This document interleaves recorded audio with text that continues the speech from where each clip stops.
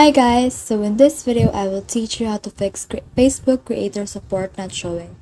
So the first thing we need to do is head over to Play Store and then search in here for Facebook.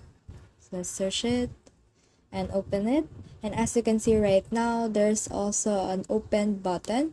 But if you see here an update button, then update your Facebook. But if you see an open button, then that just means that your Facebook is updated and you can proceed to open it. So let's open it.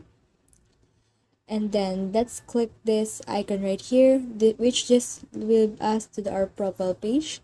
And then click this three dots in here, click on turn on professional mode, click on turn on, and then let's wait for it. And as you can see right now, our professional mode setup is on. And when you click this, you can see that you can see your dashboard. So let's head back to our news feed.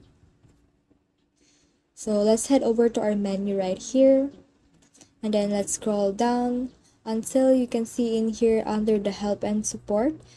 Here is the creator support. So let's click that and you can now access it. So that's it. I hope you learned a lot from this video.